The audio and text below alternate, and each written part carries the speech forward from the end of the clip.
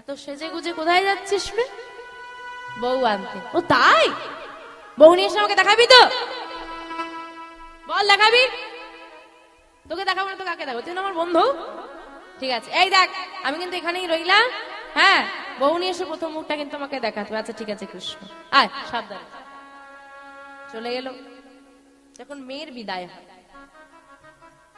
মেয়ে যারা আত্মীয় পরিজন থাকে মেয়েকে অনেক কিছু শেখায়।